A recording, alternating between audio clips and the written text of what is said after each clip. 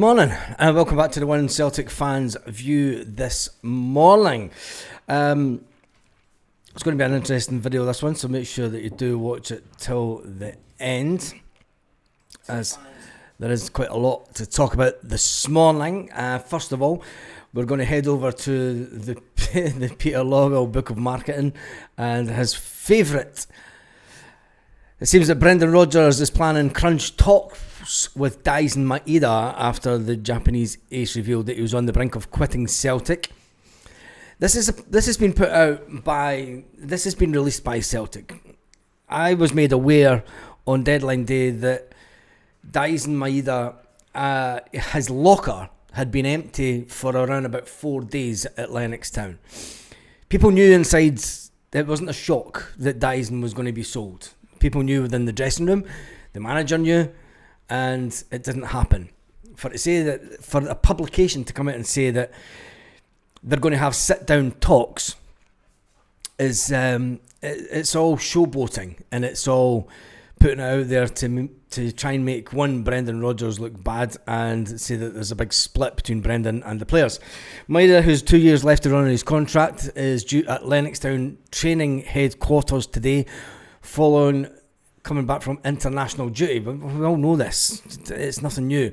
The 27-year-old has won multiple players. Blah, blah, blah. It's going on. And then it talks about him being signed by whoever. Rodgers will now have a meeting with the player as a matter of urgency as he prepares his squad for Sunday's game, according to this that's been leaked from Celtic. Look, Brendan Rodgers knew that Daisen had emptied his locker.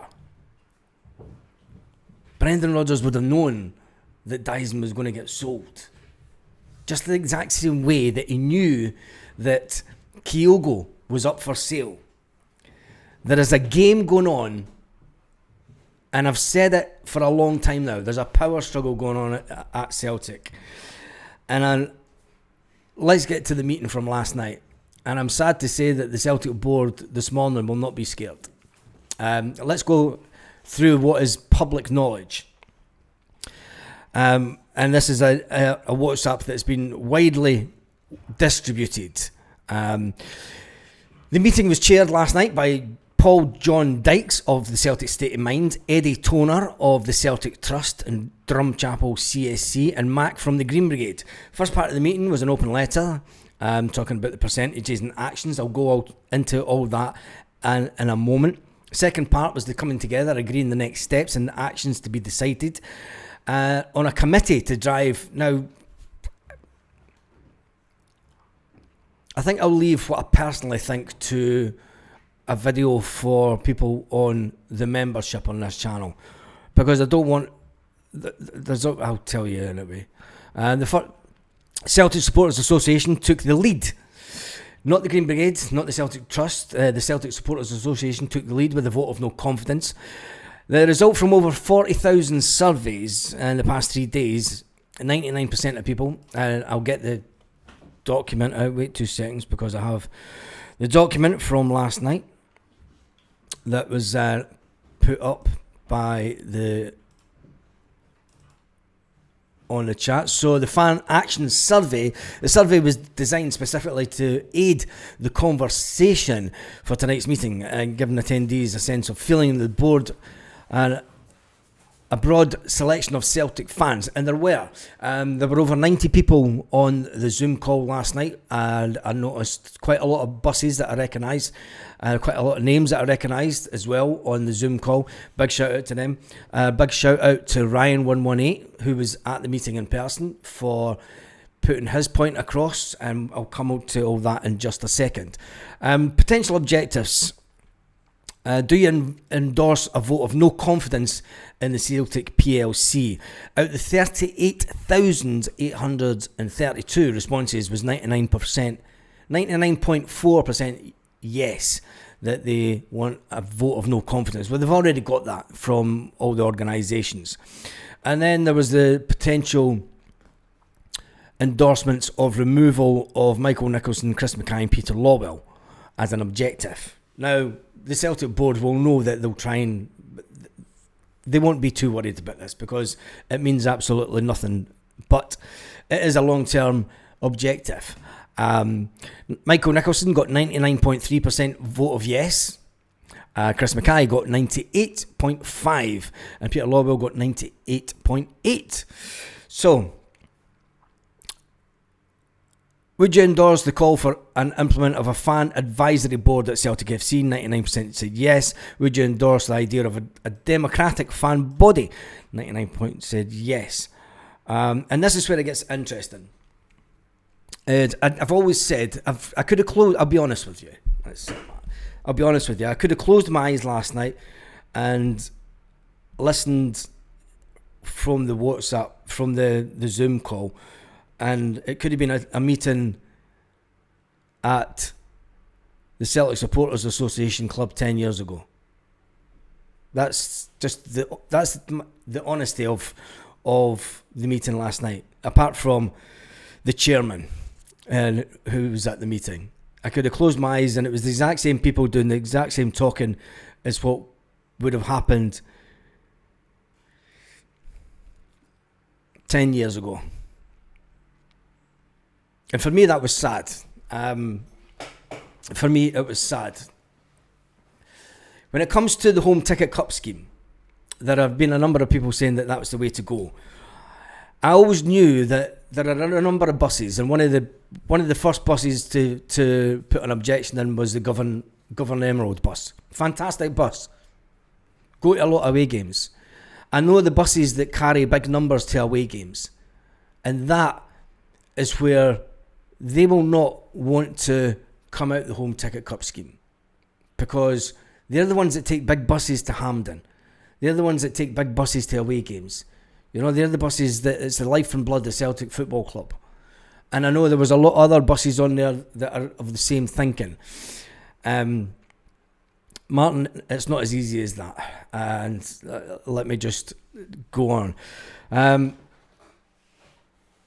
Scott, yeah.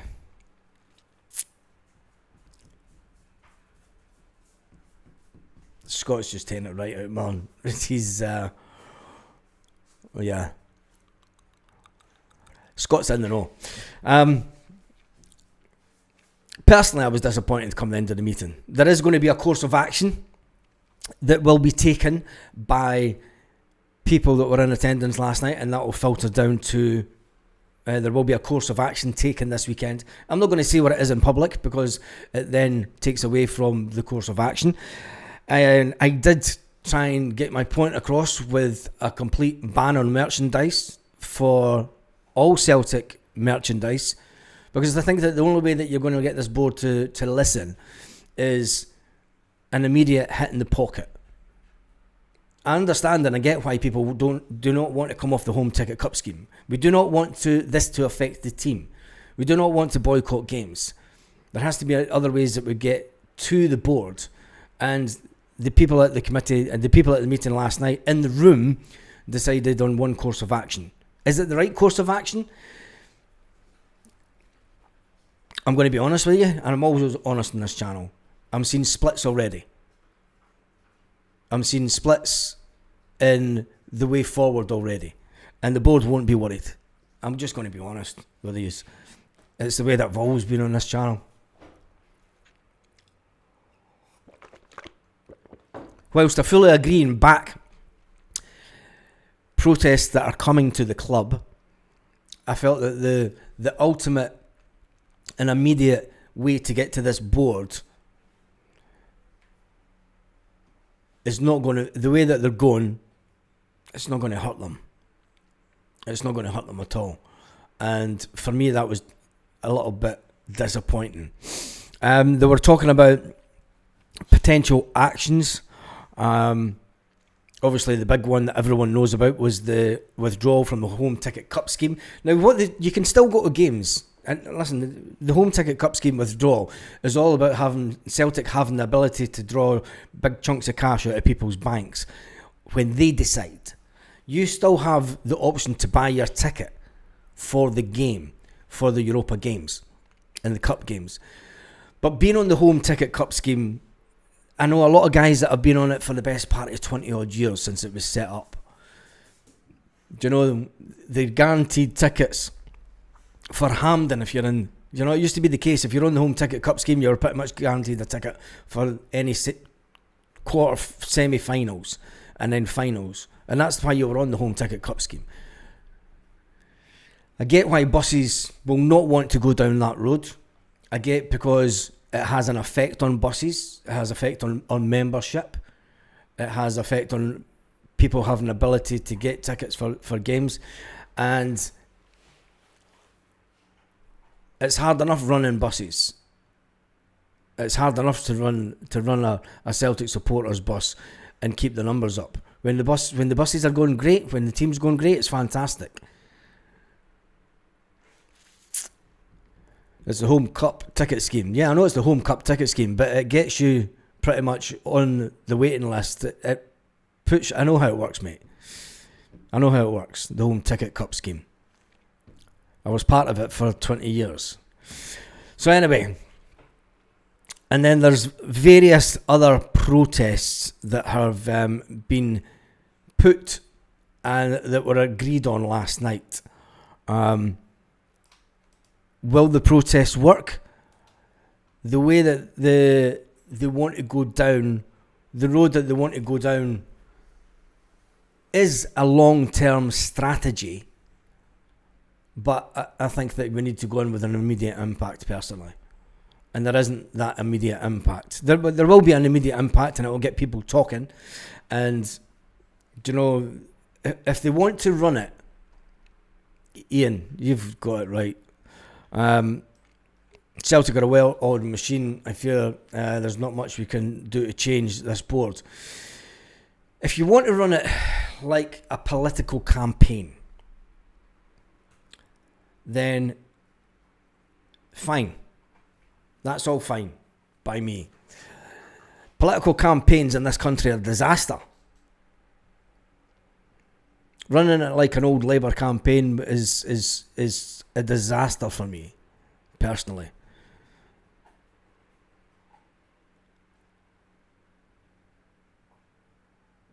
And all I will say that I've spoken to people already where there will be a split. Sadly. But I don't want it to be a split. I want there to be a focused.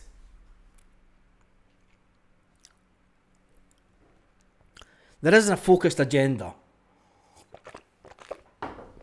Watch this space for announcement of a reshuffle at the last minute. Smoke and mirrors, folks. I don't think that there'll be a reshuffle, Scott, at the board.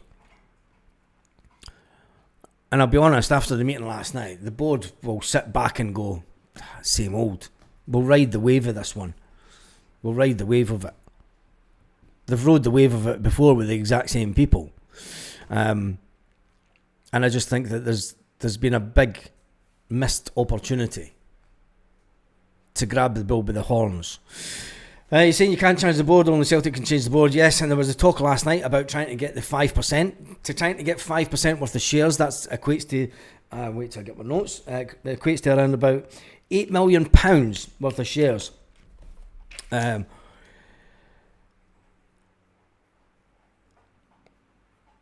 was a quick heads up with 10 buses for the home ticket cup scheme, and I knew this was always happen. 10 buses were contacted. They had contacted a quick thing of their groups beforehand, their buses, and 7 were against the home ticket cup scheme coming off that. And I knew that would be the case because I know why Celtic fans are on it. I know why buses are on it. I know why so many people are on the home ticket cup scheme. You know, and it's not just to get guaranteed their ticket for a cup game. It's to make sure if you get to the final, you're pretty much guaranteed a ticket. It's always been the way that it's worked. But anyway, out of 10 buses that were asked, 7 were against, 3 were for it.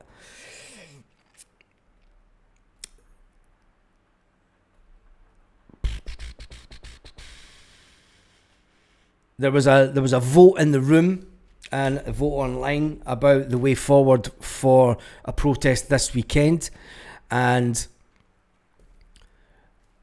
around about 3/4 of the room and were in favour of the action that's going to be taken this weekend. How effective that is,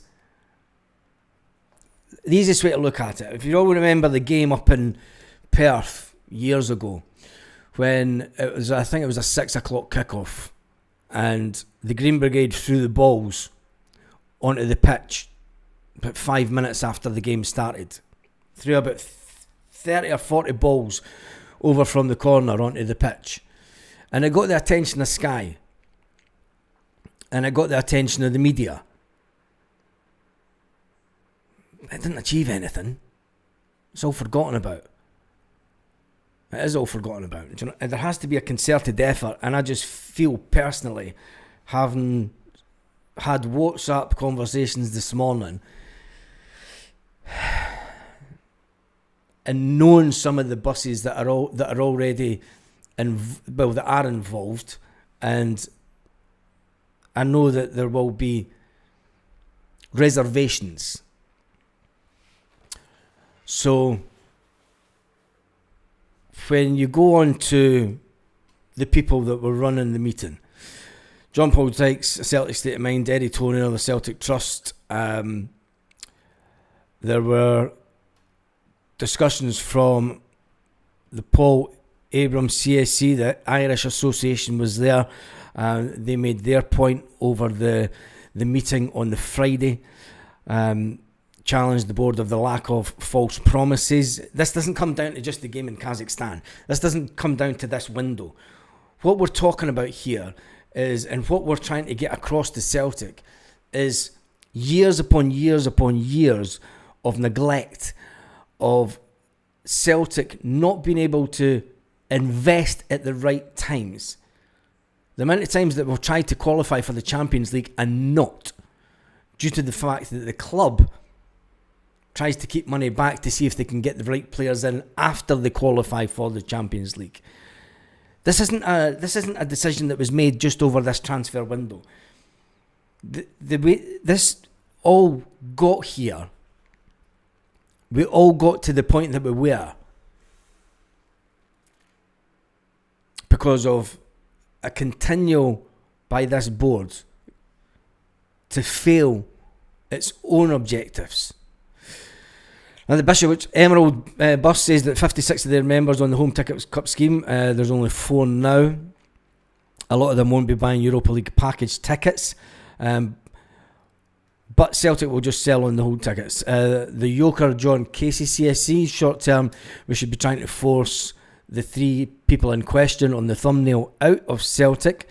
It's not going to work as easy as that. Kev from the Salt Market says the board have gotten off with this because we don't have a home guy for a while, but Rugby Park is a home game for a while. But Rugby Park is the perfect way to get this started.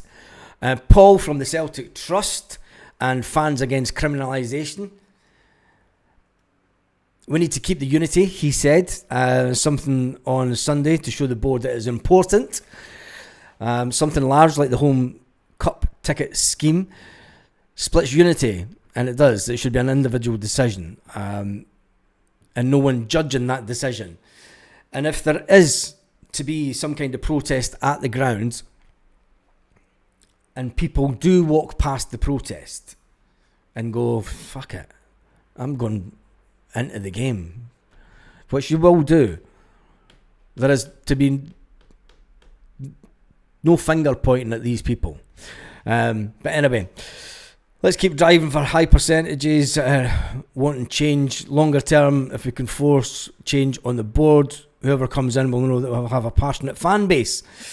Look, I'm going to be honest with the people that were running it last night, and it's no disrespect to anybody that was there last night and running it. I know that it is, this type of thing has to be done in a correct manner, but like I said, I could have closed my eyes last night and I was back in a meeting at the CSA 10, 12, 15 years ago. And for me, there's too many people with their own personal agendas and too many people full of their own importance and what they want to achieve with this. Now, if this alienates me because I'm speaking out, I've got a big respect for Ryan118 last night, who stood up and says, look, I want to take action more than ever. I go to games. I don't want to boycott a game. Do you know, we need to back the team, and we do need to back the team. And I've said that. It's not about boycotting games. Boycotting games affects no one on the PLC. They're sitting there with their prepaid tickets for season tickets. Boycotting a game affects one set of people, and that's the players and the manager. We do need to stand together, and this morning it is a cry for everyone to stand together. It doesn't matter about my own disappointment on the way that the meeting kind of finished up and the agenda for this weekend. Some of us do want to be more militant to try and force the agenda. And yes, sometimes we can't go in guns a-blazing, as they say. But you need to hit this board where it hurts them. And the way that we're kind of starting off, it's a bit lame, I'll be honest. And it'll be interesting to see how many do stick to the plan this weekend. Empty stands were COVID season, that's why the current one's got the title. Yep.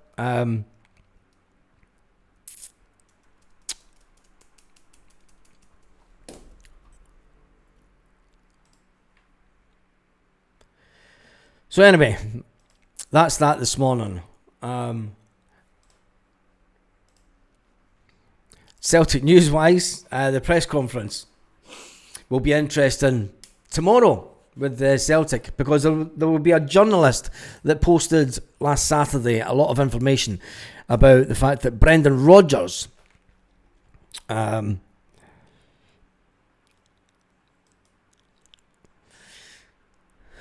I mean, last night should all have been about the rebellion started. I'm seeing the Celtic Star.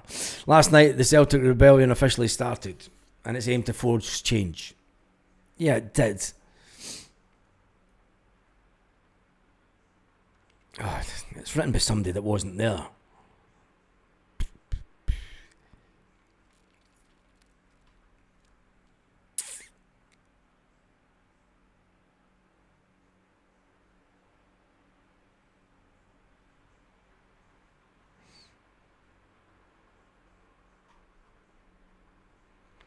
I think the text messages this morning really got to me. And I think that we need to stick together as much as possible.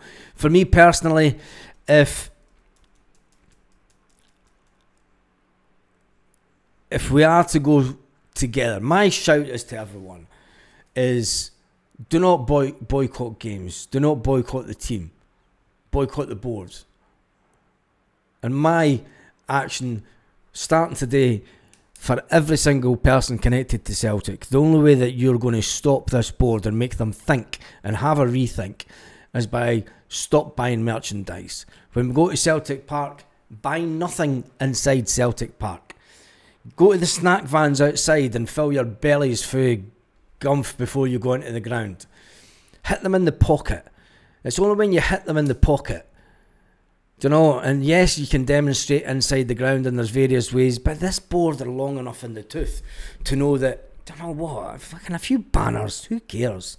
There's a few banners and they're, look at the minions. Look at the minions with the little banners. Oh, isn't that cute? As they go in to get their meals before the game and stuff, and their meals after the game, and, you know, their free drink and all the rest of it in the main stand. They don't care, and it won't affect them. The only way to really affect this PLC and get things moving is a complete boycott. And I know, and I'm the worst. Jesus, I've got Celtic tops through there that still got the price tags on them. I've got Celtic strips through in the wardrobe that I've still got price tags on them that I've never worn. Because I just buy the tops for the collection.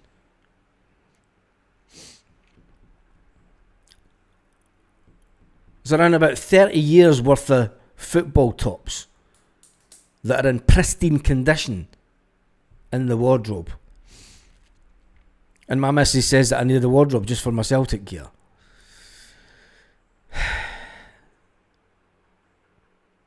Back the team, sack the board is an easy cry to make. Stop buying merchandise. Hit them in the pocket. It's the easiest way to go.